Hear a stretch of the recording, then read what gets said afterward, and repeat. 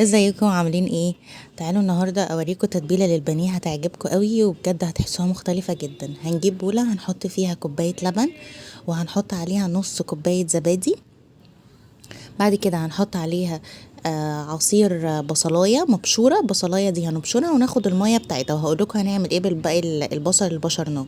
وهنعصر نص ليمونه وهنحط بقى التوابل بتاعتنا. حطيت ملح، حطيت معلقة توم باودر، معلقة بابريكا، معلقة فلفل اسود، ممكن معلقة برضو بصل باودر. بعد كده قلبت المكونات دي مع بعض كويس قوي، وهننزل فيها بقى من البانيه ده يكون متنضف كويس قوي وايه، ونحطه بقى في التتبيله دي.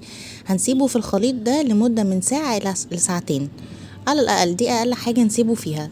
بعد كده لما نيجي بقى نطلعه هنحط فيه بضايه، هنحط عليه بضايه ونحط عليها رشه فلفل اسود ونخلطها بالمكونات دي كويس قوي. خطوه البيض دي بتتحط بعد ما البانيه يكون قاعد في التتبيله بتاعته دي، الخليط ده، لمده ساعتين. طيب تعالوا اقول لكم بقى هنعمل ايه بالبصله اللي احنا بشرناها. هنجيب حله نحط فيها شويه زيت ونحط عليها معلقه زبده. تمام. وبعد كده هنحط عليها البصلايه اللي احنا بشرناها، اللي اخدنا الميه بتاعتها في البانيه.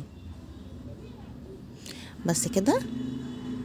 هننزل عليها بقى بالتوابل بتاعتنا اللي احنا هنعمل بيها الرز. بصوا البصلايه، بس البصلايه اول لما تدبل الاول، مش على طول. البصلايه كده دبلت معايا، حطيت عليها معلقه كاري، معلقه كركم، ومعلقه بهارات فراخ، وانا كان عندي بهارات اسمها تندوري حطيتها عليها.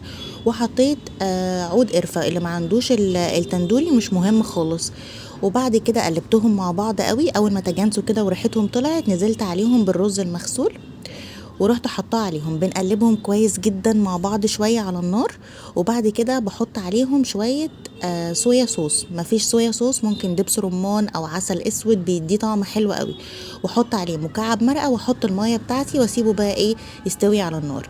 بعد كده هنجيب بقسماط ونحط معاه دقيق ونحط عليه شوية ملح وشوية فلفل اسود، وبحط برضو من بهارات التندوري، برضو مش موجودة مفيش مشكلة خالص. وبنحط عليها زعتر.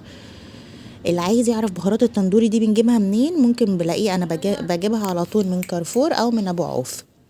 بعد كده باخد البانيه وبحطه في البقسماط. لازم نضغط عليه كويس قوي عشان يشرب من البقسماط ده، ما يبقاش فيه اي جزء منه فاضي. بعد كده بنكون حاطين زيت على النار يسخن وننزل عليه بالبانيه. عايزه اقول لكم ان هو بيطلع مختلف تماما. فعلا جربته عجبني جدا. طبقه من بره بتاعته مقرمشه، ومن جوه البانيه جوسي وطري قوي، والرز كان تحفه طعمه جميل جدا. التوابل بتاعته بالبصل بالكلام ده كله كان حلو قوي. لازم تجربوه وتقولوا لي ايه رايكم. يلا باي باي.